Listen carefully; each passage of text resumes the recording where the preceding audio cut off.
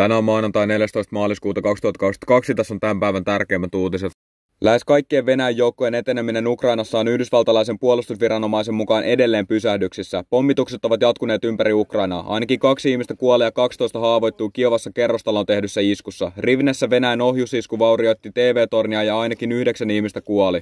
Harkovassa 2 ihmistä on kuollut Venäjän joukkojen pommitettua asuinkatua. Suhujivissa 15-vuotias poika kuoli sirpaleammuksen aiheuttamiin vammoihin. Venäjä on iskenyt myös Antonovin lentokonetehtaaseen. Donetskissa Venäjän puolustusministeriön mukaan 20 siviiliä on kuollut ja 28 haavoittunut Ukrainan rypälepommi-iskussa. Ukraina on kiistänyt väitteet.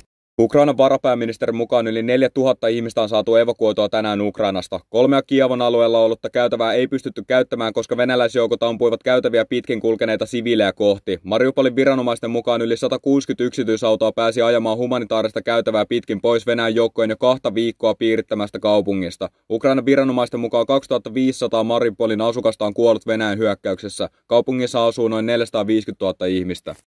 Yli 2,8 miljoonaa ihmistä on painut taisteluja Ukrainasta. YK:n mukaan ainakin 636 siviiliä on kuollut, joista 46 on lapsia. Loukkaantuneiden määräksi arvioidaan 1125, joista 62 on lapsia. YK painottaa, että todellinen uhriluku on todennäköisesti suurempi. Maailman terveysjärjestö WHO:n mukaan Ukrainaan ollaan saamassa lähipäivinä lisää lääkintätarvikkeita ja laitteistoa. WHO:n mukaan sota vaikuttaa Ukrainassa noin 18 miljoonan ihmisen elämään ja 6,7 miljoonaa on paossa maan sisäisesti. Venäjä ilmoitti tänään aikovansa hyökätä Ukrainan asetehtaisiin. Maan puolustusministeriö ilmoitti iskujen syyksi olevan kostotoimet Ukrainaa vastaan ja kehotti tehtaan työntekijöitä ja paikallisia asukkaita pysymään poissa asetehtaiden lähettyviltä. Ukrainan puolustusministeriön mukaan Venäjä on värvännyt yli 1000 palkkasotilasta Syyriasta, joista noin 400 on saapunut Venäjälle. Ukraina ja Venäjän väliset neuvottelut jatkuvat huomenna. Ukrainan pääneuvottelija Mihailo Podolyak sanoi, että Ukraina vaatii välitöntä tulitaukoa ja Venäjän joukkojen vetäytymistä. Osapuolet kertoivat viikonlopun neuvottelujen jälkeen edistyneensä keskusteluissa. Ukrainan presidentin lähipiiriin kuuluva Ihor Zovka kertoi BBC:lle uskovansa, että Venäjä suhtautuu neuvotteluihin nyt rakentavammin kuin ennen. Tasavallan presidentti Sauli Niinistö sanoi CNN:n haastattelussa, että Venäjän presidentti Vladimir Putin ei enää tavoittele hallituksen vaihtamista Ukrainassa. Niinistön mukaan Putin kielsi, että Venäjän tavoite olisi asettaa ystävämielinen nukkehallitus Kiovaan.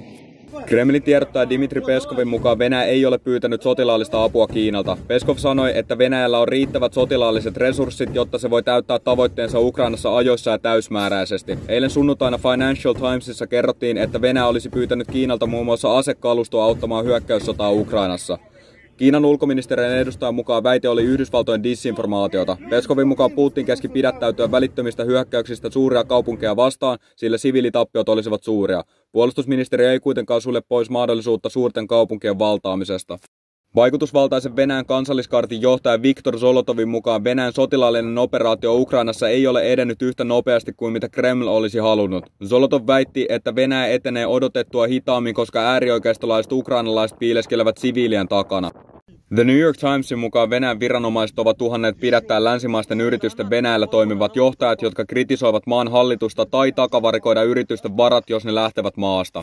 Yhdysvaltain turvallisuusneuvonantaja Jake Sullivan tapasi Kiinan korkean virkamiehen Yang Jiechin Roomassa tänään. Sullivan varoitti Kiinaa seurauksista, jos se auttaa Venäjää kiertämään pakotteet. Saksa aikoo ostaa 35 yhdysvaltalaista F-35-hävittäjää. Saksa ostaa myös 15 Eurofighter-hävittäjää elektroniseen sodankäyntiin. Kiitti katsomisesta. Lähteet löytyy YouTubesta. Nähdään taas huomenna.